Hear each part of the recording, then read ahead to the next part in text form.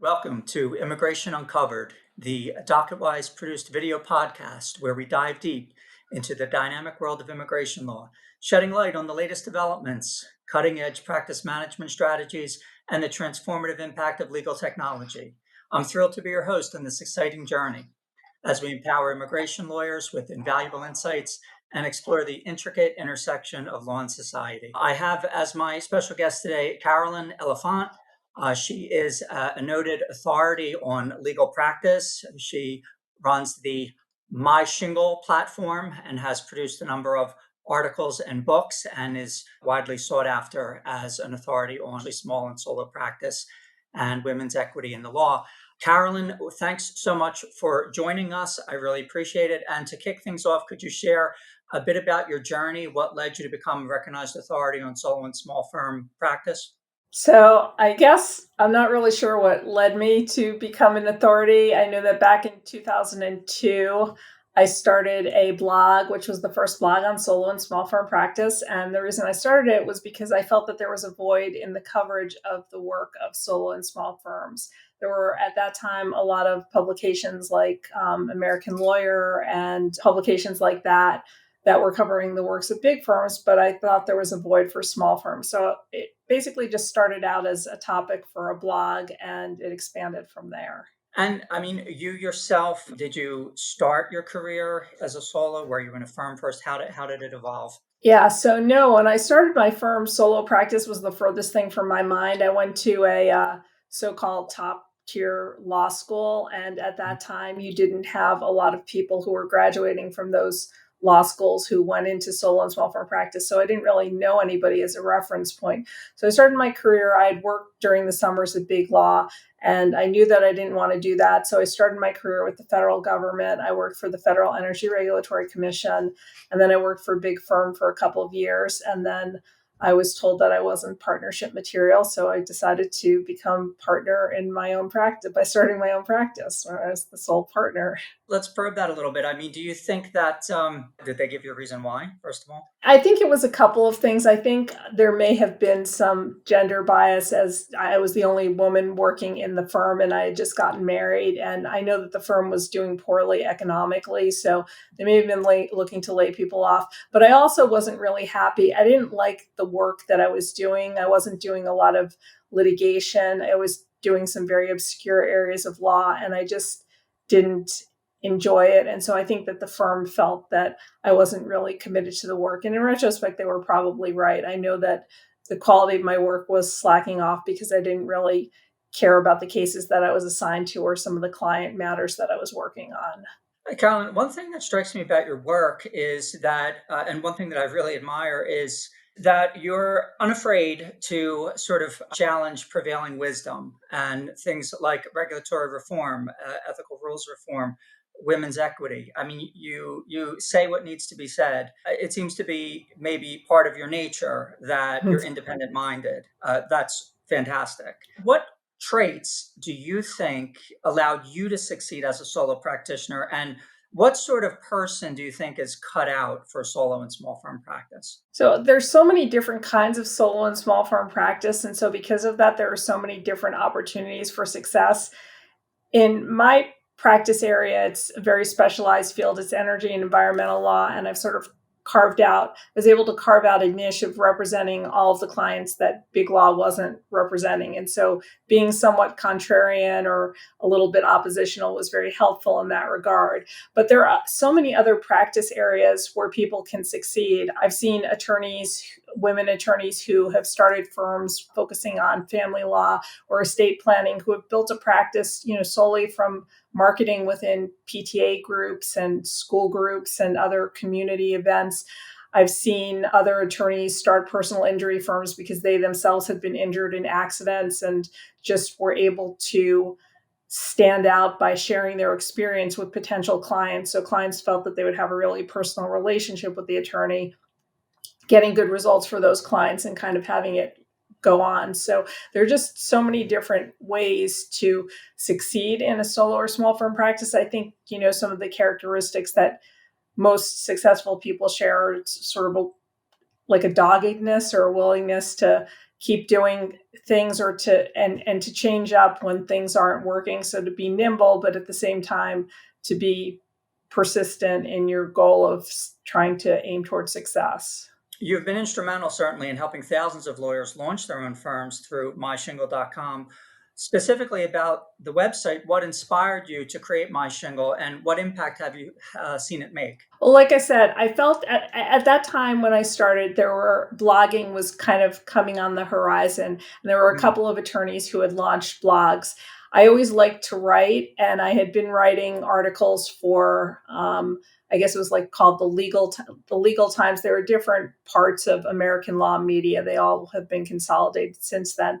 And so I thought, wow, this idea of being able to self-publish and not have this barrier where I have to get something accepted is really cool. So I needed a topic for it, and that drew my attention to it.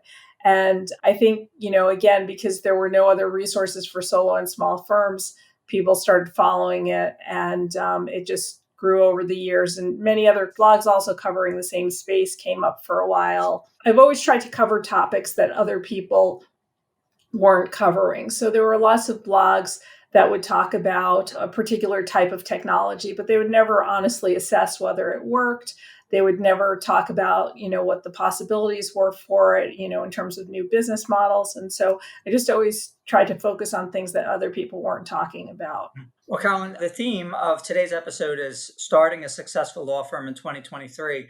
So, in terms of comparing, when you first started doing it versus today, what new challenges and what new opportunities do lawyers face today when starting out compared to, say, when you first created MyShingle? Yeah, so it's very, very different. I mean, I think one of the biggest changes has been the reduction in cost. When back in the day when I started, and I did start on a shoestring, that was something that was very unusual. Most people who were starting firms back then were leaving a firm with an established book of business. They were hiring a secretary or receptionist. They were investing in brick and mortar space. There weren't that many people who were sort of doing it from their home office or from a basement or the kitchen table. So I think that's one thing that's changed. It's been facilitated by the availability of technology and also sort of the change in image that ownership has because of entrepreneurs, and then also the pandemic. So people are accustomed to other people working from home. So that's kind of one of the changes on the positive side, is that it's much less expensive to start a firm today than it's ever been. On the negative side, people graduating from law school have crushing loans. I had loans which seemed insurmountable to me. I mean, back in, I guess I graduated in 1988, I had about $70,000 in loans. So maybe that's like $130,000 today.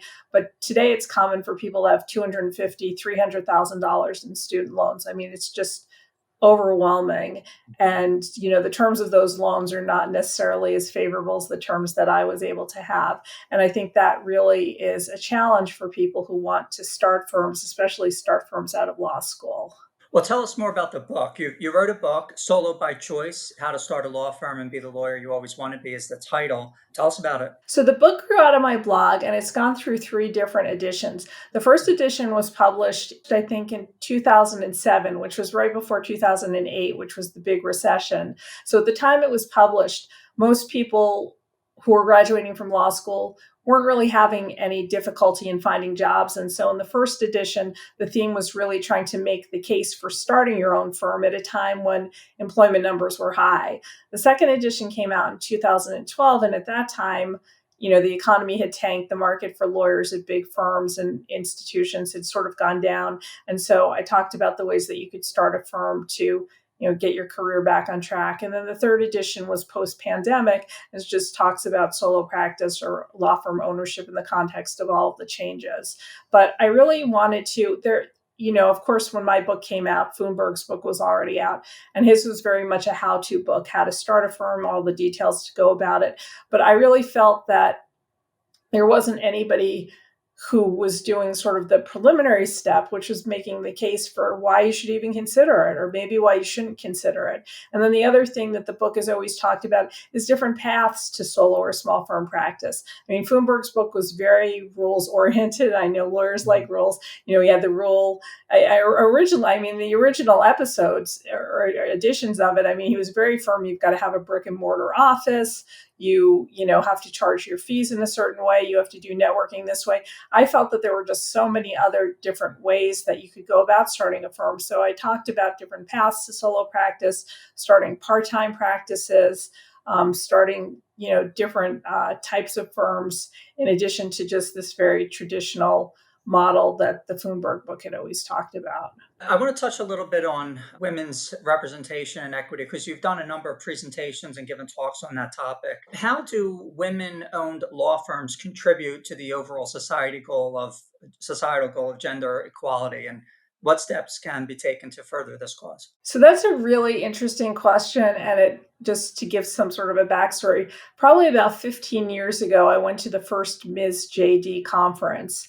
And the focus of that was not necessarily, it was on women in law. And so there were women from all different walks of the legal profession. There were judges, people who worked at big firms, and there were a lot of complaints about what was going on at large firms at the time, the discrimination against women, difficult challenges, and having parenting schedules. So I raised my hand and I said that women should, you could try to change it from within, but why waste your time? Why not just start your own firm? To which another woman said, well, if women leave the law firms, we're going to leave them as these, male dominated beds. Like, who's going to rescue them? And my feeling is that it's not women's job to rescue big firms, and that there are many more opportunities. And I think that you see that when women start their own firms, it opens so many more doors than just trying to change the big firm model. I mean, there's so many different examples. You have women who have started firms who then go on to run for judge and become judges. You have women like Roberta Kaplan, who's, suing Donald Trump. She was a partner at a big law firm, and now she's got like all these sexy cases all over the country, and she's really changing the law and making money at it too. So I feel like the only hope at this point for women to really recognize gender equality is for people to realize the value that woman ownership brings, and for women to develop different ways or different types of firms that offer different ways of practicing law, because big law is not the only way to run a law firm or to practice law. Well, let's drill down a little bit on the big law. What do you see as the remaining institutional obstacles in big law? I mean, to summarize, is it still the age-old question of, women have a hard time having it all is that it? Because at a certain point you want to have children and then you're expected to, put in all these hours, and there's just that inherent conflict there? Or is it other things? Is it still institutional biases other than that? Yeah, I think that's definitely part of it, is the sort of women working part-time during childbearing years and the work that they contribute not being respected. I think that sometimes there are challenges to women bringing in business, because sometimes business and marketing is still handled the same way, on the golf course or in times of day where men are more available to do the marketing than women. And then I think there's also just passing clients along. I think a lot of men feel more comfortable passing along their existing clients to other men in the law firm rather than women. So there's just like a whole bunch of different reasons. I mean, honestly, it's been so long since I've worked at big firms that really now my knowledge of them is really anecdotal from what I hear on, Facebook groups or see on LinkedIn. And some of the stuff that goes on, it shocks me. It's just shocking to me to hear that, a man is only going to pass his clients on to other women, or that women are credited less, given a smaller percentage of revenue from clients that they themselves bring in. So it's just surprising, but I'm not as keyed into that world as I once was. Some of the same age-old things still seem to be Yeah. persisting. Well, collaboration and innovation are crucial, and you have some ABA publications that are fascinating. I enjoyed looking through them. One is Social Media for Lawyers, The Next Frontier.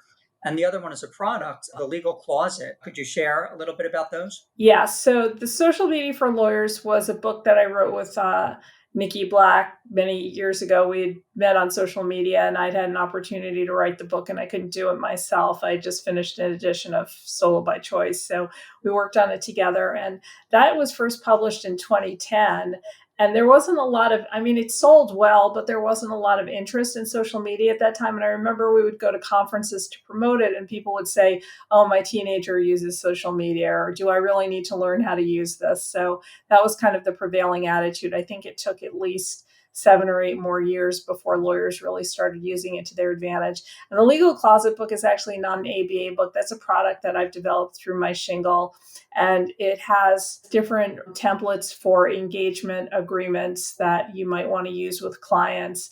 And then it also has other kinds of contracts that you might want to draft, if you're hiring an independent contractor, or if you are engaging in a joint venture with another attorney or hiring another counsel. And they're just agreements that are kind of hard to find, and the ones that are available are very poor quality. Now, I have to say that I did the last iteration of that book before ChatGPT and AI became a thing. And I know that now you can use a lot of those tools to draft those types of agreements. So I don't know how much value templates are going to have. But actually, one piece of value that accompanies the book is that there's an 85-page guide that goes into kind of the ethics and business reasons for why you want to include certain clauses in your agreement. And so I think that offers value, beyond the template, or you could use that book as a guide if you're going to use AI to draft your agreements. You've received notable recognition for your contributions, and you were named an American Bar Association Legal Rebel and a Fast Case 50 Innovator. How do these accolades reflect your own approach to law practice? I think that they really just reflect me being an early adopter. I always feel much more comfortable in my legal practice working with cases where there's no clear precedent, or making new precedent, or trying to advance the law. And the same is true with the way that I practice law. I like to adopt new ideas very quickly and just get out ahead of the curve. And I think that's really what accounts for getting those awards. I'd rather be ahead of the curve than behind it. And you appeared on The Daily Show as well, which is, that's quite an honor That of was sorts. cool. Yeah, that was cool, right? And they discussed law firm business models. That must have been a very unique opportunity. So, what key takeaways from the Daily Show experience would you like to share with us? Well, just that when you see people on air where like a 15-second clip, you have to know that it probably took them like 2 hours to record it. But no, I thought it was very interesting. I'd been a little bit nervous because I know that sometimes the Daily Show, likes to make its guests look foolish, and I was fine with that. But my part was pretty neutral. I was just commenting on the business model, and I wasn't really mocked in any way. Okay, so they spared you Yes, from the. yes. Let's get a little bit to the regulatory aspect of it, because you've devoted a significant amount of your energy to this issue. In 2019, you delivered a talk on how regulation disadvantages solo and small firm lawyers. Could you provide us with some insights into the regulatory challenges and maybe some potential solutions? Sure. So I feel like, when we talk about access to justice, one of the complaints is always that legal services or lawyers are too expensive. And, you can use companies like LegalZoom or other online services that are just as good as lawyers.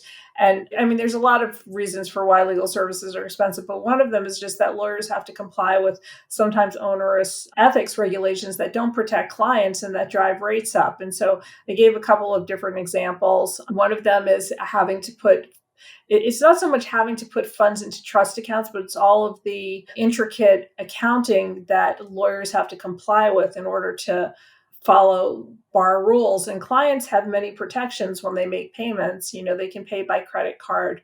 There are different ways that they can pay for legal services that don't require this onerous bookkeeping that lawyers have to comply with. And it also doesn't protect the public, because you see in California, that Tom Girardi stealing people's funds. I mean, if anything, making people put money into a trust account, it just makes it a lot easier to steal the money because it's like all in one account instead of going into your operating fund and it being spent on legal expenses. And then I also talked about advertising rules, which again, first of all, they're different in all places. They're all over the map. And then many times in certain jurisdictions, you have to have advance approval of what your ad says. And a lot of these non-lawyer sites that compete with attorneys don't have to comply with those things either. And so it just seems like, at the very least, if you're going to compare lawyers to non-legal service providers, at least have a level playing field, apply the same levels of regulation to both so that you don't hobble the attorneys, especially if you want to be advancing access to justice. Let's drill down on the trust account issue. I mean, that's age old. I mean, lawyers have had trust accounts for eons. So how would you handle then the situation where the lawyer has to handle funds which aren't being immediately expended? Right. So first of all, just to qualify, if you're if you're selling somebody's house, I'm not that's a situation where you would put the funds that you receive. If you're receiving like large amounts of money in a settlement or something like that, that would go into trust. I'm talking more about advance payments. In some jurisdictions and some bars say that if an attorney is charging flat fees, they can accept that fee immediately. It doesn't have to go into their trust account. It can go directly into their operating account. And so it really frees up cash flow when you're getting paid on the front end. I guess some of the other things you can do is, if clients are really concerned about not getting their funds, they can pay on credit card because they can do chargebacks. But I think just coming up with a way to allow lawyers, if they're paid upfront, if they're paid advance fees, to be able to spend some of that money, because it eases up some of the cash flow issues and it really makes the firm more sustainable, which also, if your firm is sustainable, you're going to serve clients better because they're going to be assured that your firm is going to be around. So I think some jurisdictions are allowing money to go directly into the operating account when flat fees are charged. So, Carolyn, about the advertising, I mean, lawyer advertising initially years and years ago was disallowed, and then it was frowned upon, and now we've got TV commercials and all sorts of things. So, has there been evolution from your standpoint? Anything current that's helped to level the playing field? Everything is very jurisdiction specific, which is one problem, because depending on where you practice, there may be different advertising laws. I think one of the biggest changes that I think is beneficial is that law firms can now use trade names in virtually every jurisdiction. There were First Amendment challenges to their inability to do that, and I think that's really important because many people, if people see a law firm called LegalZoom or Rocket Lawyer, they may think that it's a large establishment and they may choose something like that over the law firm of Joan Smith. So if Joan Smith can call her firm, the estate planning law firm or the treetop law firm, it can help with branding and help her stand out in the marketplace. So I think that was a big development, but it took a First Amendment challenge by a company called HQ Legal or something, which is trying to establish like some kind of national brand. I think in terms of other jurisdictions, they still require disclaimers on advertising. Many of them make it somewhat difficult to post referral, post testimonials at your website. So I think some of the requirements are still somewhat restrictive, but it is hard to stay on top of what every jurisdiction requires. So, any other regulatory challenges besides the advertising and the trust issues? I think another issue is, I think there's two issues. There's restrictions on referral fees.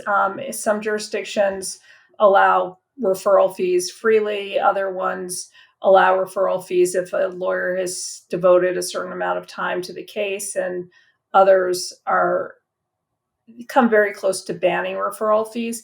And I think referral fees are inefficiency in marketing, because you have some firms. I had a colleague who practiced criminal defense law, and he had some sort of a referral arrangement with a lawyer who liked to market his firm very broadly and would get a lot of DUI claims. And he'd pass them over to my friend, and the referring firm would take like a 20% cut. My friend was fine with that. He hated advertising. He wanted to try cases. He would do a good job for the clients. The person who did the advertising should be rewarded for it. So I think the restriction on referral fees should be loosened up, because it helps also ensure that the best attorneys, get cases referred to them.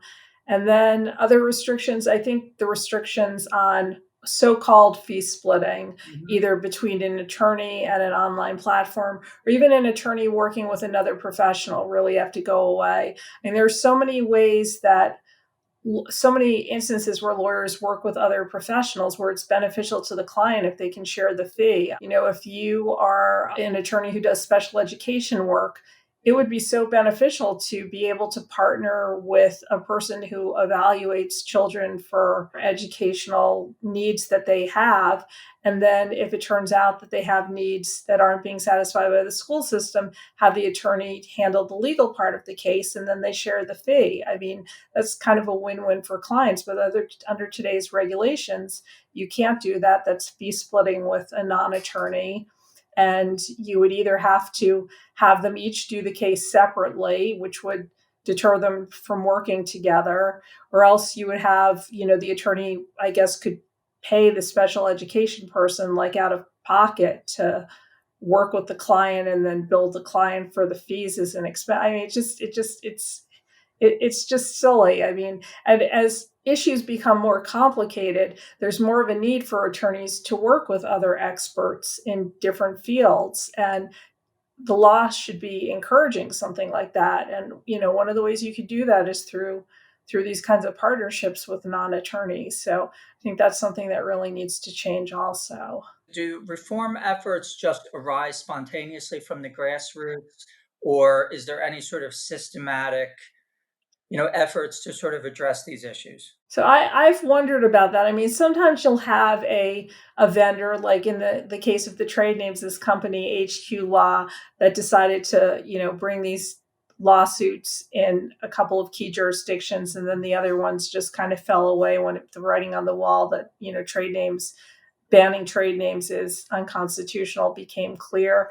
Other times you'll have, I mean, there are a lot of attorney groups and working groups that are working on sort of deregulation issues from an access to justice perspective, but it still seems like it's very random. So Mhm. it's hard to explain why certain ones gain traction. I know that access to justice people are always pushing for deregulation, getting rid of the restrictions on non-attorney ownership. And it's happened in Arizona. I mean, it would be interesting to see what the results of having done that are, what kind of effect that's having on access to justice and on different types of legal services that are being offered to people. Well, going back to the sort of women's issues for a moment, the Lawyer Mom Owner Summit is an intriguing initiative on that topic. Could you tell us more about the summit and how it aims to support lawyer moms and women entrepreneurs in the legal industry? So I think the summit is probably going to have been, at least the initial summit itself was sort of a one-time thing Mhm. during the pandemic.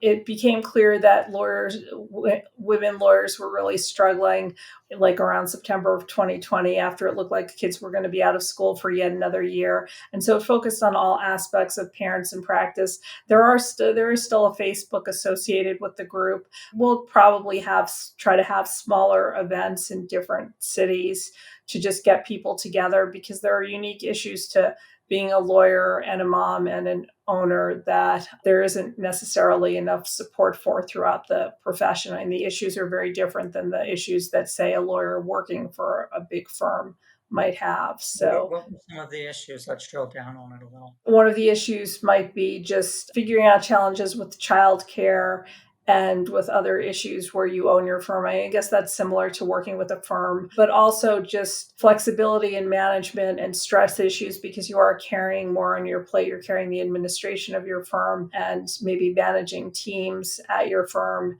And you have to deal with that in addition to the practice of law. So just figuring out how to manage those different kinds of stress. But what many women do find when they own their own firm, I mean, is that the majority of stress that they experience when they're working for somebody else goes away, because you may be working more hours, but you have more control over the hours and you're doing the work all the work that you're putting in yours to your benefit, not to somebody else's. And so I think that that also helps eliminate some of the dissatisfaction that women find at bigger law firms. Well, personally, I mean, how do you balance your own roles as an attorney, author, advocate, and the various things that you do? So my children are grown now, so that I mean, it's hard to express how much extra time you have in your hands when your children. And when I say grown, I mean they're actually even out of college. They're not even Mhm, financially dependent on me anymore. When you mhm. have that eliminated, you very quickly forget how you were. I know I did all that stuff. I know that I used to get by on 4 hours of sleep, and my house was messier than I would have liked it to be. But you kind of forget all of that once you get past that. But I think the thing that's important to realize is that part of your life is going to be very imperfect and very messy for a while, and you just have to push through it. So In your own law practice, you're focusing on climate change and renewable energy representation. So, how do legal professionals play a role in addressing environmental challenges? that's a good question. I think that there are a whole bunch of different things you can do. I mean, certainly working remotely, choosing renewable energy suppliers, working with companies that are climate friendly. I mean, choosing brands that are consistent with fighting climate change are all ways that lawyers can do that. The other thing has to do with the kinds of cases you select and the kinds of clients that you represent. There are certain clients that I just wouldn't represent because of some of the impacts that their work has on climate. And it's not necessarily something I can recommend that everybody do. And if people don't feel that strongly about there's also something to be said for working with clients like that and helping to kind of bring them around. But, if climate change or if there are certain issues that are really important to you and your clients take different positions, I mean, the easiest response is not to represent them. And there's enough attorneys out there that everybody is going to find representation. I mean, I've been offered positions to switch sides and work for like gas companies that take people's property. It's just a hard stop. It's just not something that I do. Understood. Well, I want to leverage your experience, though, and relate it to the bulk of our audience, who are immigration lawyers. So, immigration law is a very varied field, but in the small and solo areas, most of the small and solo areas are going to be handling family-based immigration cases, and a lot of the other general sort of immigration types of cases. You're dealing with a relatively high volume of cases with individual clients. It's a federal administrative area of practice. I mean, there can be some litigation involved in it, but oftentimes it's going through the federal agencies. So, leveraging your experience, I mean, what would be your advice, given sort of those parameters for people who are trying to start a successful firm in 2023?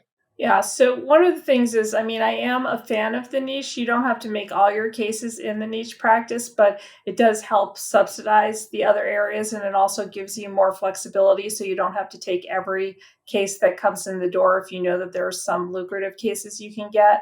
I think the other thing is to take advantage of technology and have technology take care of as many of the non-human facing activities as it can so that you can devote your time to clients. When I work with landowner clients, who are in the middle of eminent domain cases, it's very stressful. Their property is being taken. They've often never been involved in court cases before, and they like me because I will spend time talking them through the process. But it's also because I can have a lot of the preparation for the trial done by staff or even by using technology to put exhibits together and help kind of with the administrative, the more mechanical parts of putting briefs together. So I think that, definitely focus on putting systems in place and hiring support staff who can do some of the lower end work for you so that you can focus on the clients, because that's kind of the unique value that the attorney brings, is actually being able to deal with the clients or talk them through these stressful issues. What aspects of your own processes have you successfully automated by this point? Yeah, one of the challenges to the practice area that I'm in, working with renewable energy companies and landowners impacted by projects, is I practice across the country, and there are different processes and different forms and different everything depending on where I practice. So I've tried to come up with ways to automate things. And, I have certain things automated. I mean, like intake information and listing clients and cases, or when I'm working on briefs, there's a certain system or certain rules that I follow through. But unfortunately, I don't have the benefit of being being able to just sort of automate a form that people can fill out to file at an agency. It's just everything is just very, unfortunately, somewhat bespoke with a lot of things that I do. And mentorship, let's talk about that, and guidance are crucial for new lawyers. What's your advice to aspiring legal professionals on finding mentors? And also, as a sort of a follow up to that, one positive development has been the increasing number of lawyer incubators, and also law school clinics have also been, I think, increasing in number over the years. I mean, as far as lawyer incubators, have you taken a look at any of them? Do you have any thoughts on their value and effectiveness? Yeah, so there's an interesting lawyer incubator that I can't think of the name of. It's in North Carolina, and it's it seems to be almost like a private incubator that's run by an attorney, and he's gotten like sponsorship from different vendors, and I think that's a really unique model. Attorneys who go through systems usually say that they're valuable. The only objection I had to sort of the very initial models of the incubator is, requiring trying to gear people towards serving only low income people. I think that that's really important, but I think the better way to serve lower income clients or pro bono clients is to have a thriving, sustainable practice. So again, you can subsidize those cases and keep your firm afloat instead of just focusing on trying to make money off lower paying cases.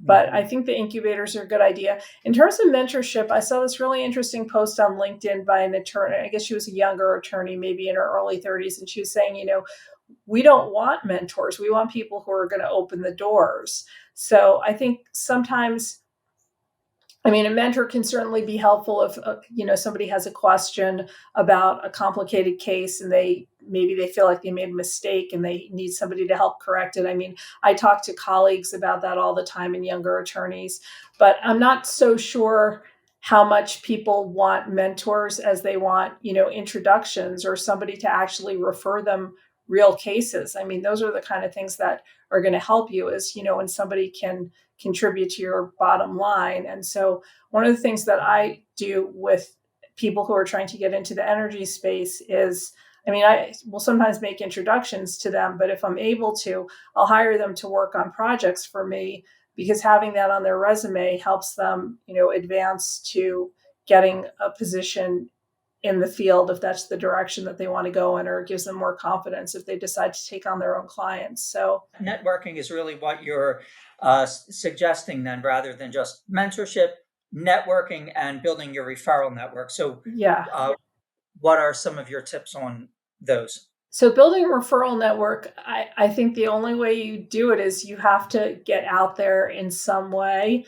You can, and it can be a lot of different ways, but you have to interact with people. So it's either going to bar lunches or going to events, in your industry. Maybe it's not necessarily with, well, not necessarily with other attorneys, but if you're Mhm.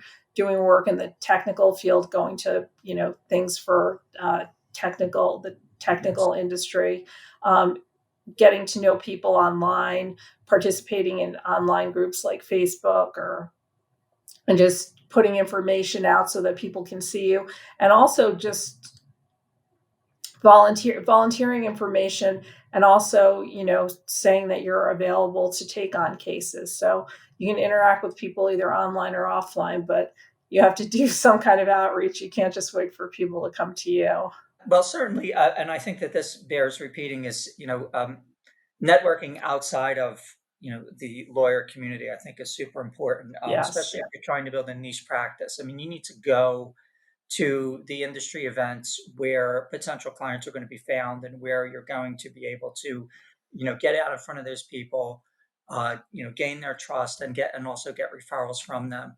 So I think doing a deep dive into events that are in the industries where your clients work or the industries for which you're trying to represent people is super important. It's super important in immigration too, whether you're trying to make a specific community or communities your client base, or if you're doing the employment based immigration, you're going to make a niche out of, let's say, representing physicians or representing entertainers or something. You need to go into those industries. So in terms of some of the platforms that have evolved for do-it-yourself legal work, Rocket Lawyer and these types of things, what effect do you think those have had, and would you foresee for the ability of those platforms to shape the future of legal services? It's an interesting question, especially now, because I feel like, with some of the forms that LegalZoom and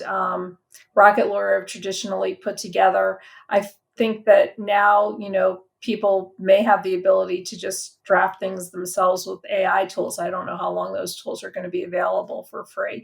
But, the bottom line is I never understood why lawyers objected to those tools, because those are the kinds of clients that people didn't want to hire. I mean, it's not worth a lot of, most attorneys are going to charge much more for a will or a trust than those services will charge. And they don't want to go through the hassle of, doing a $20 incorporation. So if you're not going to handle the case, like, why keep it out of somebody else's hands? And, you can argue as much as you want as to how important it is to have your LLC properly put together, your corporation properly put together, all these things. But if people don't have the money, they're not going to spend it. And I feel like it's better for them to have something than nothing. But I think that one of the benefits of technology is I think that lawyers will be able to offer similar do-it-yourself services. I mean, there are some attorneys who do that already. They offer full service corporate work or full service trademark, but they also offer DIY options. And so I think there's like a whole new market for lawyers to explore.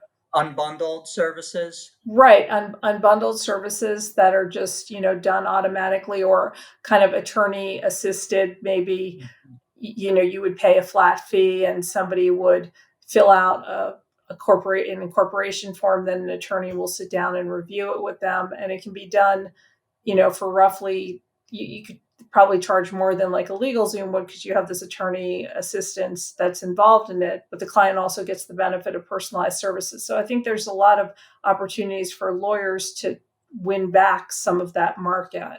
They want to. Yeah, I agree. And I mean, a lot of lawyers are resistant to that type of thing. Like some have a kind of all or nothing mentality. I'm either going to, handle every aspect of the case from the initial consultation to the very end, or I don't want any part of it. A lot of them feel that way. But, I think for some lawyers in some legal fields, some lawyers, that can be a good way to go with the unbundled services. And I think, depending on the specifics, I think we need to embrace change. I think you can't deny that there's an increased demand, a huge demand for, do-it-yourself legal services. And that's part of, I think, addressing the crisis of the affordability of legal representation. If it truly is an all or nothing proposition, then there are, a lot of segments of society which cannot afford to have legal work done. But by unbundling the services, by utilizing some of these do-it-yourself platforms, either on their own or in conjunction with some attorney assistance, that can be a very important part of addressing this crisis that we have in access to justice. Do you agree with me? Yeah, no, I definitely agree. And I mean, sometimes you need to at least get a case started if you want to eventually change the law. A lot of clients who come to me who have, a pipeline in their backyard, or even like a rate that they want to challenge, I can coach them through some of the initial parts of the process and get them as far as they can go. And then, they might be able to come up with money to do an appeal down the line. I mean, it also, just because you help somebody with their legal problems doesn't mean they're not eventually going to have need for an attorney. But yeah, no, I think we definitely have to be creative and come up with different business models to make law more affordable. And you see it happening in the medical profession. I know it's very different because, there's insurance, but there's some doctors who offer concierge service for people who want more personalized service. But you also have, at least where I live, and there must be like 5 different like walk-in clinics where you can Right. just walk in and get a physical or get a shot. You can have blood work done. And, it's not, I mean, the doctors who practice there are all licensed, and they have their reasons for working there, but it just makes healthcare much more affordable. Even if you have to pay out of pocket, it's not very expensive. That's right. There are urgent centers or urgent clinics Right. that you call them, and with some of the labs now, you can go onto the website and order. If you know what tests you need, you can go order your own tests. You don't have to, Right. and they can do it, and you can send the results to your doctor. Carolyn, for yourself though, it's important for all practicing attorneys to stay up to date on legal trends and developments in the areas that they're practicing in. So, what steps do you, Carolyn, take to stay updated on legal trends and developments in your area of expertise? So, in my practice area, one of the things that I do, which both benefits me but is also marketing, is at the end of the year, I do an annual report on all of the appeals of the agency, the Federal Energy Regulatory Commission, that go up to the federal court. So it's usually a very managed. It's not going to work if there's like 8,000 cases, but usually it's anywhere from 20 to 50 cases. So it doesn't take me more than like a day or two to do the summaries. And then like I'll do a webinar for people in my industry on those issues. And so it keeps me up to date because I read every single appeal. So I get a whole picture of all of the different legal issues that have generated from the agency.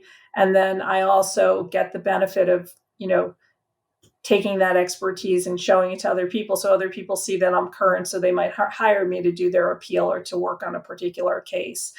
So that's one of the biggest things that I do. And I'll try to show up at a conference or, listen to webinars on trending issues, stay up to date. There's like an energy Twitter list that's kind of, an annotation of different events. People will post different, news stories that are coming out of their state. So my field, I'm sure like in immigration law, there's just like a million cases and new law being made all the time. In energy, it's the same, especially as we move towards electrification and more focus is being put on climate change. So that's usually how I stay up to date.